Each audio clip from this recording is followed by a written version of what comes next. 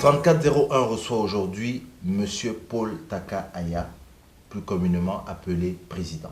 Le président parce que ex-président de l'ACC, l'Association des Camerounais du Canada, on l'appelle continuellement président, pour avoir tenu l'ACC d'une manière quasi inoubliable. On le retrouve donc après ceci.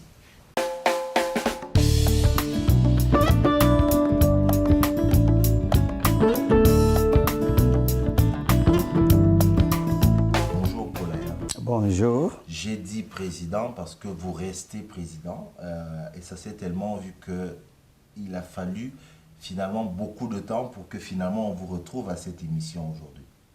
Oui, merci de m'avoir invité. Ça a pris un peu de temps parce que j'ai été très occupé ces derniers temps, mais finalement on se trouve ensemble, on se retrouve. Oui. Effectivement, vous avez été occupé parce que là, à la caméra, on le montre, on le voit, cette espèce de gros livre que j'ai devant moi, dictionnaire biographique de quelques Canadiens d'origine camerounaise. Cette œuvre-là vous a pris un bon bout de temps.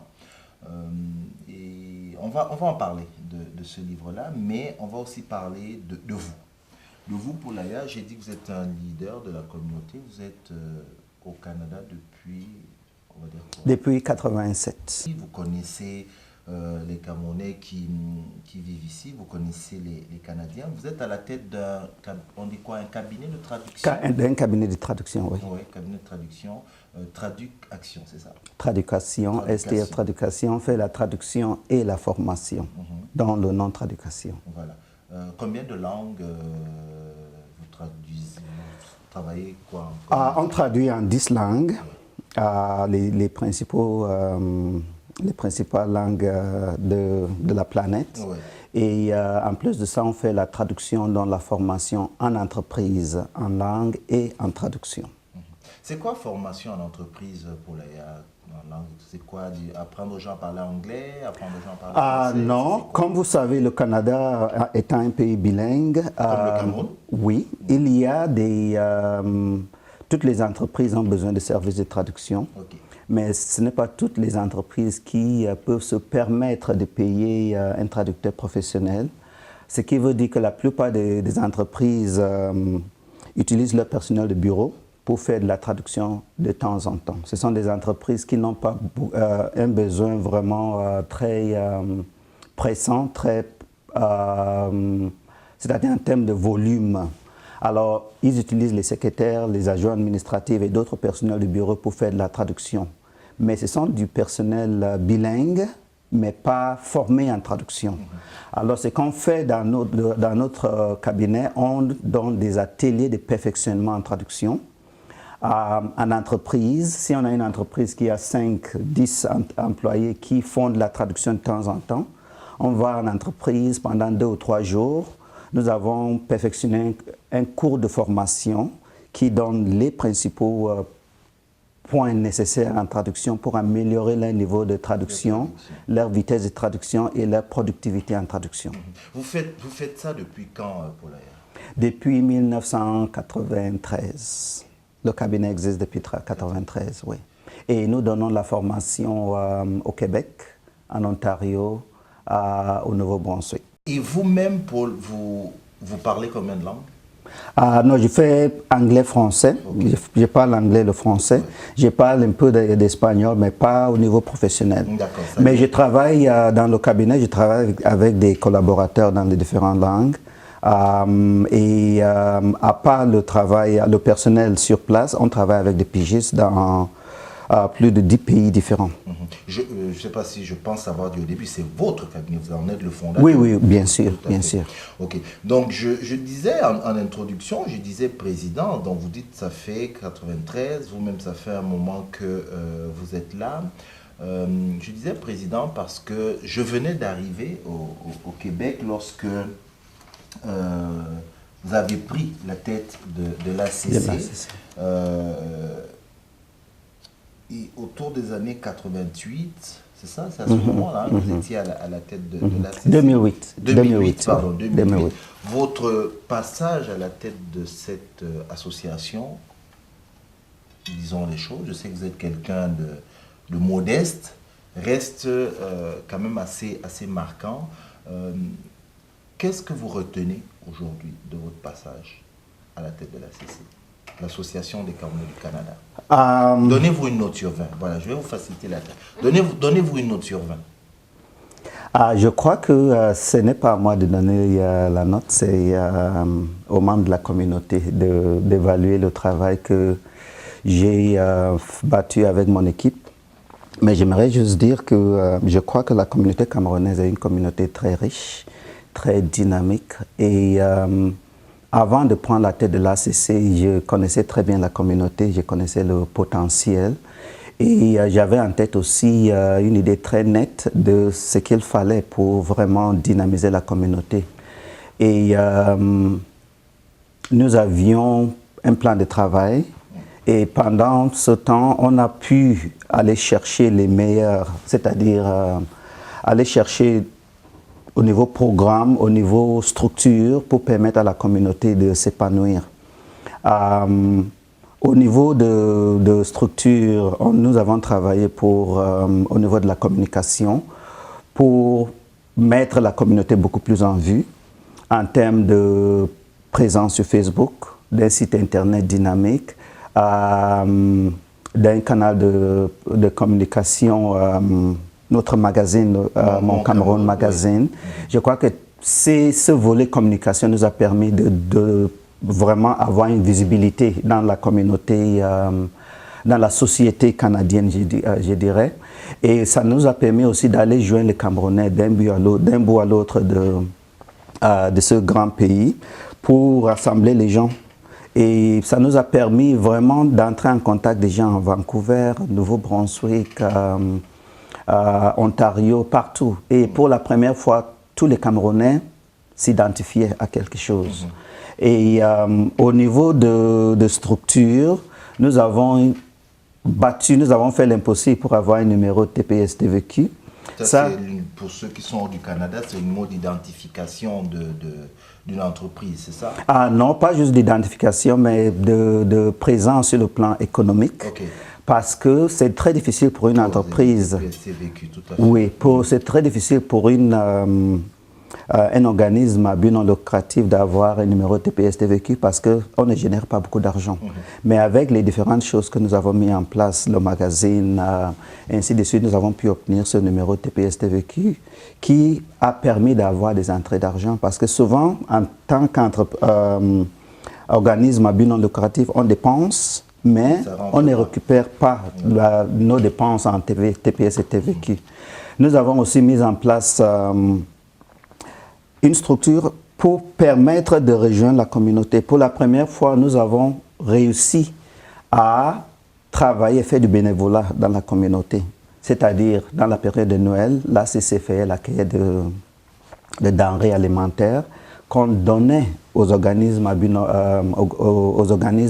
lucratif qui aident les démunis dans la communauté. Alors, ce sont les choses qu'on faisait parce que je crois que notre communauté ne devait pas seulement tendre la main pour recevoir, mais essayer aussi de donner. Parce que si on regarde la communauté, nous avons les personnes qui sont vraiment bien chanceux d'avoir été bien établies ici au Canada. Et je crois que juste le fait de pouvoir donner à la communauté, ça aide, ça donne une très bonne image de la communauté. Je vais vous montrer un document que dans du moins, sachant que j'allais vous recevoir, ce document-là, on va le montrer à la caméra. C'était aussi sous votre mandat.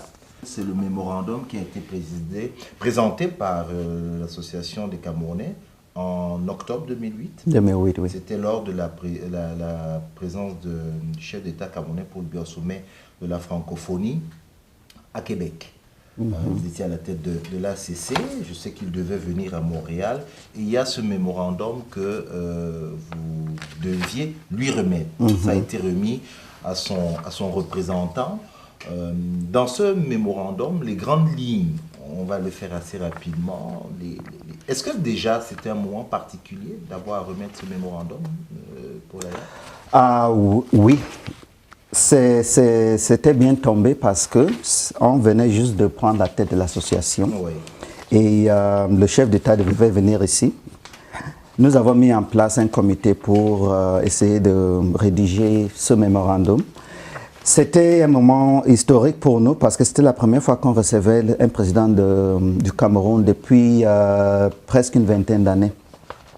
Et ça nous permettait aussi en tant que communauté de présenter notre point de vue. La diaspora. La diaspora, c'est ça, la diaspora camerounaise du Canada, de présenter notre point de vue, nos doléances, pour voir comment on pourrait contribuer à l'essor, au développement de notre pays. Et c'était aussi une occasion de présenter, c'est-à-dire de parler au nom de la communauté. Parce que souvent, quand on est en tête, on pense qu'on a les meilleures idées, mais souvent, on constate que les gens de la communauté ont beaucoup d'autres idées. Et tout le monde veut quelque chose. On ne pourrait pas présenter un mémorandum de 100 pages. Il fallait condenser ça et trouver l'essentiel. Donc ça portait surtout sur, évidemment, la reconnaissance de la double nationalité. Pour certains, quelques années plus tard, on a même parlé de multiples nationalités. Ça portait sur le droit de vote, ça portait sur les facilités que vous souhaitiez qu'on accorde aux gens de la diaspora en termes d'investissement au niveau du Cameroun et tout. Je ressors ça aujourd'hui parce que pendant longtemps, on a pensé que c'était la diaspora européenne qui était le fer de lance de cette revendication, alors qu'en octobre 2008, je veux dire dans les dernières années, vous étiez à la tête de cela. Il a répondu un peu à une ou deux doléances. On estime que le droit de vote, par exemple, c'est la réponse à une de vos doléances. Vous le prenez comme ça? Ah, bien sûr, bien sûr. Normalement, quand on a quelque chose comme ça, il y a beaucoup de groupes ou de personnes qui réclament la paternité. Je crois que ce n'est pas la seule doléance qui a été accordée, oui, parce que si vous regardez depuis les 3-4 dernières années, la coopération entre le Cameroun et le Canada s'est intensifiée à plusieurs niveaux, et même la visibilité du Cameroun au niveau économique à l'extérieur du Cameroun s'est intensifiée. La double nationalité, je crois que c'est une question de temps. On va la voir. Tout ça, ça montre que nous, de la diaspora, on veut participer au développement de notre pays. Et je crois que dans les prochains, peut-être 1-2 ans, cette question de la double nationalité va être résolue. J'espère que vous allez être entendu. Je vais revenir donc à ce que vous disiez. Au début, on l'a dit, on vous reçoit surtout pour ce livre-là. Vous êtes au Canada depuis des années. Vous parlez beaucoup de la communauté. On le sait qu'en ce moment, cette communauté ou l'association en fait qui représente la communauté est quelque peu, je dirais quoi, bancale. Vous travaillez à la remettre sur pied. Ce n'est pas comment dire, ça c'est pas un secret de polichinelle là que je sors ici. Vous travaillez à remettre cette association sur pied. Comptez-vous réussir? La communauté va reprendre son dynamisme. Je n'ai pas de crainte à ce niveau-là. La seule crainte, si je peux dire, c'est sous quelle forme, de me poser la question sous quelle forme. Je crois que comme toute autre communauté ou tout organisme qui est très dynamique et qui veut réussir, il y a toujours des points de vue opposés. Ce qu'on vit actuellement à l'ACC, c'est une question de remise en question de nous-mêmes. Il y a plusieurs voies pour mettre la communauté en marche, et au bout de quelques mois, je crois que la communauté va reprendre son dynamisme d'antan. Tout ce qu'il manque, c'est avoir un leader, quelqu'un qui peut vraiment mener la communauté. Et dès qu'on a un leader, je crois que la communauté tout le monde va se retrouver autour de la communauté. Je vous pose une petite question avant qu'on aille en pause. Est-ce que dans les textes de l'ACC, quelqu'un qui a été président peut, quelques années après, se représenter? Il n'y a rien dans le texte qui empêche. C'est ça. C'est ça. Mais ça je ne vous donne pas un clin d'œil avec cette réponse.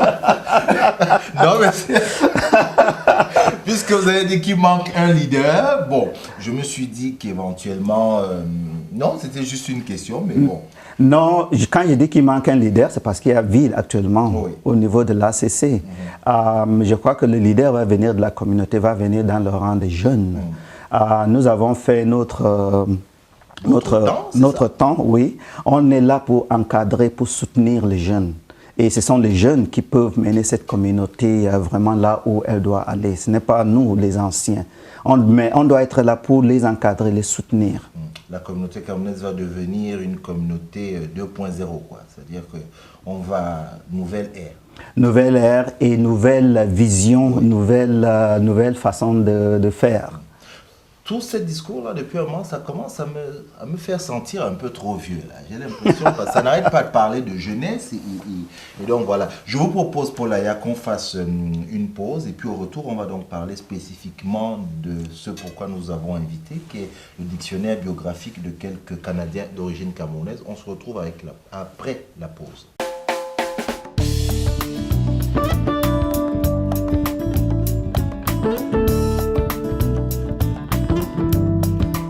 Retour avec le président Paul Aya pour parler donc du dictionnaire biographique de quelques Canadiens d'origine camerounaise. Paul Aya, vous l'avez dit, vous étiez très occupé ces derniers mois pour fournir ce gros livre, gros dans tous les sens du terme. Vous dites de quelques Canadiens d'origine camerounaise pour ce livre-là. Paul Aya, vous avez dit communauté camerounaise. Est-ce qu'on peut parler d'une communauté camerounaise?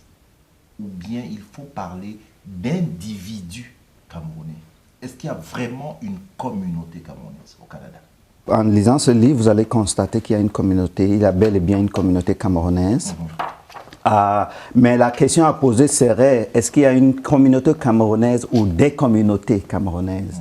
Parce que dans ce livre, vous voyez le visage des Camerounais partout, dans toutes les parties de ce pays. Et les Camerounais qui travaillent dans leurs communautés respectives pour mettre le Cameroun sur la carte. Alors, il y a plusieurs communautés camerounaises, mais je crois qu'on peut prendre toutes ces différentes communautés camerounaises et faire une grande communauté camerounaise et parler. Les communautés camerounaises ou des communautés camerounaises, c'est quoi la distinction, c'est quoi, qu'est-ce qui les caractérise, ces communautés-là? C'est par quoi? Quand je parle de communauté camerounaise en général ici, dans ce contexte, je parle des Camerounais dans différentes villes. C'est ça, dans les différentes provinces et dans les différentes villes du Canada.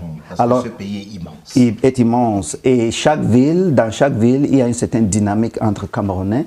Il y a des associations qui sont structurées de façon différente, qui jouent des rôles différents.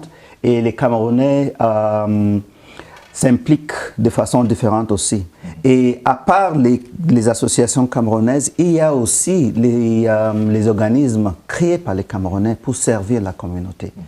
Alors, quand je parle de communauté camerounaise, vraiment, je parle de ces différents groupes qui travaillent de leur façon différente pour enrichir ce pays. Paul Aya, d'où vient l'idée de cet ouvrage? D'où vient l'idée? L'idée, c'est l'idée du haut-commissaire, son Excellence Solomon Azombi. Il m'a donné un coup de fil au mois de mars, est-ce que c'est mars? Oui, mars 2011, pour lancer l'idée. Il y a 2 ans, oui, pour lancer l'idée de ce livre. Il a vraiment dressé les grandes lignes de ce qu'il avait en tête. Et immédiatement, ça m'a paru comme un projet vraiment fantastique pour la communauté.